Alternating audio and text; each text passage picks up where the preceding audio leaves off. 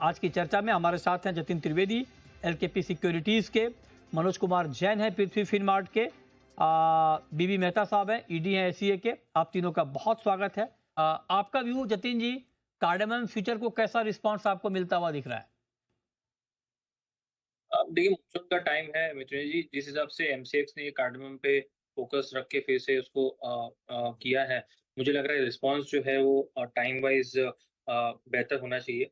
पहले के समय जब ये लॉन्च हुए थे और ये भी एग्री प्रोडक्ट था, तभी भी इसके अंदर कारोबार था। बहुत ज़्यादा तेज़ी से तो नहीं थे कारोबार, लेकिन एक्सपेक्टेशन यही है कि नए प्रोडक्ट्स जितने आएँगे उतनी पार्टिसिपेशन बढ़ेगी, एनकरेजमेंट होगा।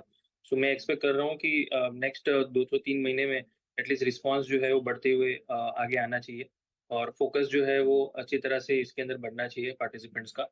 इम्पोर्टेंट प्रोडक्ट है, जिस हिसाब से एग्रीकल्चर प्रोडक्ट्स पे फोकस बढ़ना चाहिए, तो मुझे लग रहा है कि वेलकम मूव होना चाहिए एमसीएक्स की तरफ से।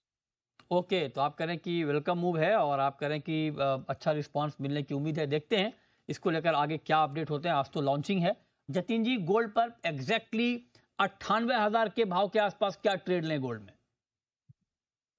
मैं मान के चल रहा हूँ मितु जी कि इसके अंदर प्रॉफिट बुकिंग का जो है वो थोड़ा-सा दायरा रह सकता है। फेड की बैठक जो है वो कहीं न कहीं मुझे लग रहा है उसमें आउटकम जो है गोल्ड के लिए पॉजिटिव नहीं रहना चाहिए। हायर साइड पे प्रॉफिट बुकिंग भी रहेगा। ट्रेड डील्स जितने फाइनलाइज़ेशन हो रही है उतनी गोल्ड के लिए थोड़ा-सा प्रॉफिट बुकिंग हो रहा है। जो भी प्रीमियम था वो इरोड हो सकता है। 98,000 98,200 के बीच में सेलिंग करने की अपॉर्च्युनिटी है। 98,500 के ऊपर आपका स्टॉप लॉस होना चाहिए 250 से 300 पॉइंट का। और लोअर एंड पर 97,600 तक के लक्ष्य लेकर आप सेल करके चल सकते हैं। थोड़ा-सा और बाउंस बैक आने दीजिए, कल के लेवल्स जहाँ से सेलिंग आई थी, उस लेवल्स के आस-पास मिलता है तो बहुत ही फेवरेबल रिस्क रिवॉर्ड रहेगा ये। सो सेलिंग के हिसाब से ही मेरा व्यू पॉइंट बन रहा है गोल्ड के अंदर। जितना 98,200 के करीब बेचेंगे उतना ज़्यादा फेवरेबल रहेगा आपका risk reward. Okay, perfect. Crude पर जतिन जी आपका व्यू? कच्चा तेल कल 2% बढ़ा और बढ़ा इसलिए क्योंकि ट्रंप ने रूस को ये कहा है कि आप 10 से 12 दिन में ही यूक्रेन के साथ सीज फायर कर लें।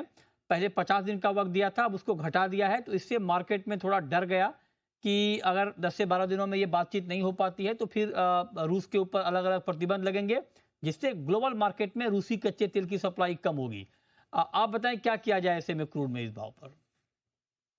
देखिए straight on positive view point है। जिस हिसाब से सैंक्शंस जो आ जाते हैं क्रूड के ऊपर, रशियन क्रूड के ऊपर, तो डेफिनेटली यहाँ पे जो है वो डिमांड जो है वो उसके सामने सप्लाई जो है वो कम हो जाएगी। तो डेफिनेटली यहाँ पर एक ट्रिगर जो है वो पॉजिटिव है। इसी के संकेत के हिसाब से कल के दिन हमने एक अच्छी खासी बढ़त देखी थी। चार्ट वाइज भी इसके अंदर दिख रहा है कि 5850 1500 के लेवल्स जो है वो आ सकते हैं।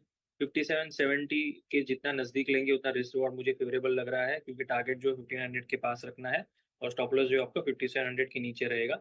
5770 के आसपास बाइंग करके चल सकते हैं। हायर साइड पे 5850 से लेके 1500 के बीच में आपका टारगेट रहना चाहिए। Crude right. के अंदर बाइंग का रिकमेंडेशन रहेगा। ये बहुत शुक्रिया मनोज जी आपका, शुक्रिया जतिन जी आपका भी जुड़ने के लिए, बताने के लिए कहाँ पर ट्रेड के मौके बनेंगे। छोटा सा ब्रेक, ब्रेक के बाद भी खबरें जारी हैं। नमस्कार।